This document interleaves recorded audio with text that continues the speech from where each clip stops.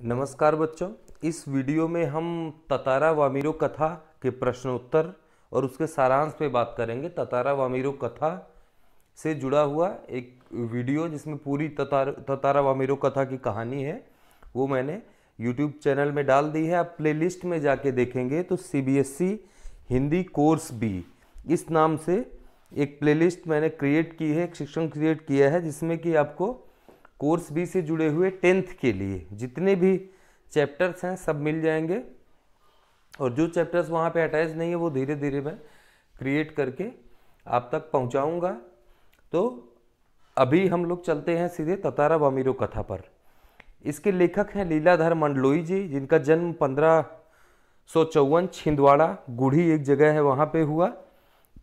सारांश में आपको इतना ही जानना है कि ततारा एक कहानी का नायक है और वामिरो कहानी की नायिका है। ततारा बहुत ही बलशाली होता है, उसके पास एक जादुई तलवार भी होती है लकड़ी की, और वामिरो एक बहुत ही सुंदर नायिका है जिसके रूप रंग से मुग्ध होकर वामिरो अपने होशो हवास खो बैठता है और बाद में एक दूसरे के प्रेम में आकर दोनों के प्राण चले जाते हैं। और उस गांव में परंपरा होती है कि लपाती, जिस गांव का ततारा रहने वाला था, कि यहाँ पे एक ही गांव में विवाह करना है, दूसरे गांव की लड़कियों से आप विवाह नहीं कर सकते हैं।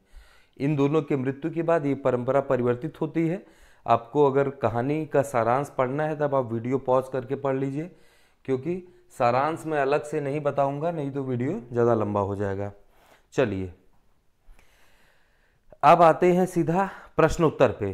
तो प्रश्न है पहले लघु उत्तरीय, जिसमें 20 से 30 शब्दों में हमको उत्तर देना है। ततारा की तलवार के बारे में लोगों का क्या मत था? तो ततारा हमेशा अपनी पारंपरिक पोशाक पहनता था और हमेशा अपनी कमर में एक लकड़ी की तलवार को बांधे रहता था। लोगों का मानना था कि उस तलवार में लकड़ी की होने के बावजूद भी अनोखी दैवीय शक्तियां थी। वह दूसरों के सामने तलवार का प्रयोग भी नहीं करता था, परंतु उसके साहस से पूर्ण कार्यों के कारण लोगों का तलवार में अनोखी शक्ति होने का विश्वास था। वामिरो ने ततारा को बेरुखी से क्यों जवाब दिया? तो दोस्तों इसका उत्तर है कि वो अपने सामने एक सुंदर युवक को देखती है और आश्चर्यचकित हो जाती है, हड़बड़ा जाती है। अपने को संभालते हुए वो नकली नाराजगी दिखाते हुए बेरुखी से जवाब देती है कि ततारा यह बताए कि वह कौन है, वह वामिरो को इस तरह से क्यों देख रहा है और वह वामिरो से इस तरह के अनुचित या बेकार के प्रश्न क्यों पूछ रहा है, जबकि ततारा को यह बात पता होना चाहिए कि उनके गांव में परंपरा नहीं है कि आप किसी दूसरे गांव के लड़के से बात कर सकें। ठीक है, अगला प्रश्न हम देखते हैं कि ततारा वामिरो की त्यागमयी मृत्यु से निकोबार में क्या परिवर्तन आया। तो निकोबार में ये परिवर्तन आता है कि लोग एक दूसरे के गांव में भी अपनी लड़के या लड़कियों की शादियां करने लगते हैं। ठीक है, नेक्स्ट क्वेश्चन पे आते हैं। तो निकोबार के लोग ततारा को क्यों पसंद करते थे? क्योंकि वो सबकी भलाई और मदद करने वाला था, हमेशा सबका मुसीबत में साथ देता, भागा भागा वह सबकी मदद के लिए पहुंच जाता, आकर्षक व्यक्तित्व का धनी था वह। ठीक है, और देखते हैं अब दीर्घ उत्तरीय प्रश्नों की तरफ बढ़ते हैं कि पहला प्रश्न है इसमें दोस्तों, निकोबार द्वीप समूह के विभक्त होने के बारे में निकोबारियों का क्या विश्वास था? तो निकोबारियों का विश्वास था कि पहले अंडमान और निकोबार एक ही द्वीप थे। इनके अलग अलग होने के पीछे ततारा वामिरो की एक लोककथा प्रचलित है। दोनों एक दूसरे से प्रेम करते थे, परंतु दोनों अलग अलग गांव से थे और उस समय के रीति रिवाजों के अनुसार अलग अलग गांव के निवासियों में विवाह संबंध संभव नहीं था। जब लोगों को ततारा और वामिरो के प्रेम का पता चला तो वे ततारा को बुरा कहने लगे, जिस कारण ततारा को अत्यधिक क्रोध आ गया। उसने अपनी तलवार पूरी शक्ति से धरती में गाड़ दी और दूर तक खींचता हुआ चला गया। इससे धरती के दो टुकड़े हो गए और अंडमान निकोबार नाम से दो द्वीप बन गए। अब अगले प्रश्न पे आते हैं। ततारा खूब परिश्रम करने के बाद कहाँ गया? वहाँ के प्राकृतिक सौंदर्य का वर्णन अपने शब्दों में कीजिए। तो ततारा दिन भर की कठोर मेहनत के बाद समुद्र के किनारे घूमने के लिए चल पड़ा। समुद्र में जहां धरती और आसमान के मिलने का आभास हो रहा था वहां सूरज डूबने लगा। समुद्र से ठंडी ठंडी हवाएं आ रही थी। शाम के समय पक्षियों की जो चहचहाहटें होती हैं वे भी धीरे धीरे शांत हो रही थी। ततारा का मन भी शांत हो रहा था। अपने ही विचारों में खोया हुआ ततारा समुद्री बालू पर बैठकर सूरज की आखिरी किरणों को समुद्र के पानी पर देख रहा था, जो बहुत रंग बिरंगी लग रही थी। बीच बीच में लहरों का संगीत सुनाई पड़ रहा था। पूरा वातावरण बहुत ही सुंदर और मोहक लग रहा था। चलिए अगला प्रश्न है, वामीरो से मिलने के बाद ततारा के जीवन में क्या परिवर्तन आया? तो वामीरो से मिलने के बाद ततारा के जीवन में बहुत परिवर्तन आया। उसके गहरे और शांत जीवन में पहली बार हुआ कि वे बेचैनी से किसी का इंतजार कर रहा था। आश्चर्यचकित तो था ही, परंतु साथ ही उत्सुक भी। वह दिन ढलने से पहले ही लपाती गांव पहुंच गया। समुद्री चट्टान पर बैठा रहा। वामीरो के इंतजार में हर पल उसको लंबा लगने लगा। लपाती गांव के रास्तों पर वामीरो के इंतजार में नजरें गड़ाकर खड़ा रहता था। आप इसको ऐसे भी लिख सकते हैं कि ततारा के जीवन में क्या परिवर्तन आया, तो उसके शांत और निर्विकार जीवन में एक तरह से उलझन और अशांति फैल गई और वो हर समय बेचैन रहने लगा। तो ये भी उत्तर आपका सही होगा। प्राचीन काल में मनोरंजन और शक्ति प्रदर्शन के लिए किस प्रकार के आयोजन किए जाते थे? तो पशु पर्वों का आयोजन होता था। पशु पर्व में हट्टे कट्टे पशुओं के दिखावे के अलावा पशुओं से युवकों की शक्ति परखने की प्रतियोगिता भी होती थी।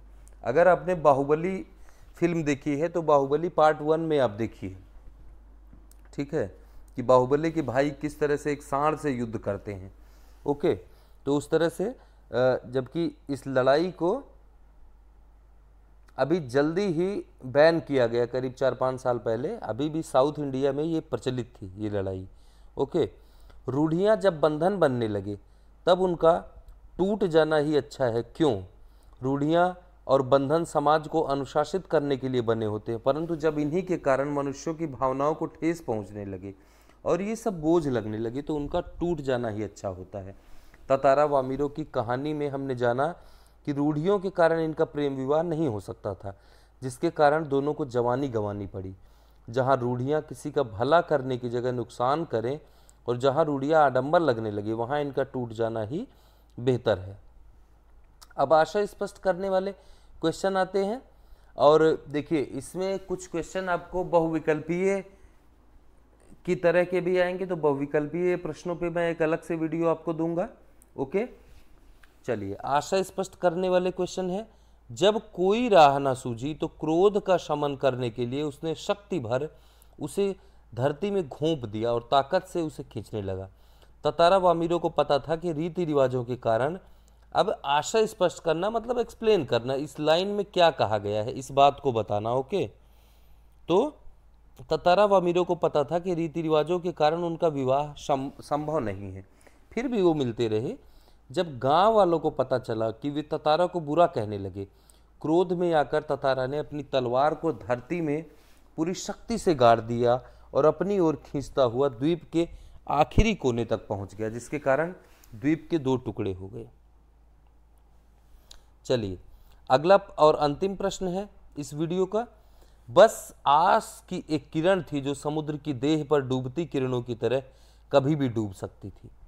इसका आशय होगा, ततारा दिन ढलने से बहुत पहले ही लपाती गांव की उस समुद्री चट्टान पर पहुंच गया जहां उसने वामीरो को आने के लिए कहा था। वामीरो के इंतजार में उसे हर एक पल बहुत लंबा लगा। उसके अंदर एक शक भी पैदा हो गया कि अगर वामीरो नहीं आई तो उसके पास प्रतीक्षा करने के अलावा कोई चारा नहीं था। उसे सिर्फ उम्मीद की एक किरण नजर आ रही थी और वो भी समय बीतने के साथ साथ समुद्र के शरीर पर जैसे किरणें डूब रही थी उसी प्रकार कभी भी डूब सकती थी। तो ये था ततारा वामीरो कथा का क्वेश्चन आंसर और इसकी कहानी का एक वीडियो मैंने पहले ही डाल रखा है। इस तरह से आपको बाकी के वीडियोस भी प्लेलिस्ट में मिल जाएंगे और अगर आप नोट्स लेना चाहते हैं या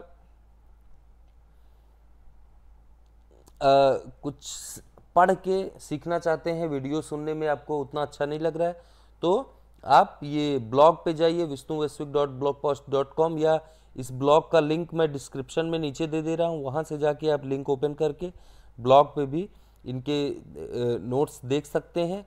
तो इस वीडियो में इतना ही। अपना और अपने का ख्याल रखिए। मिलते हैं अगले वीडियो में, तब तक के लिए जय जगत।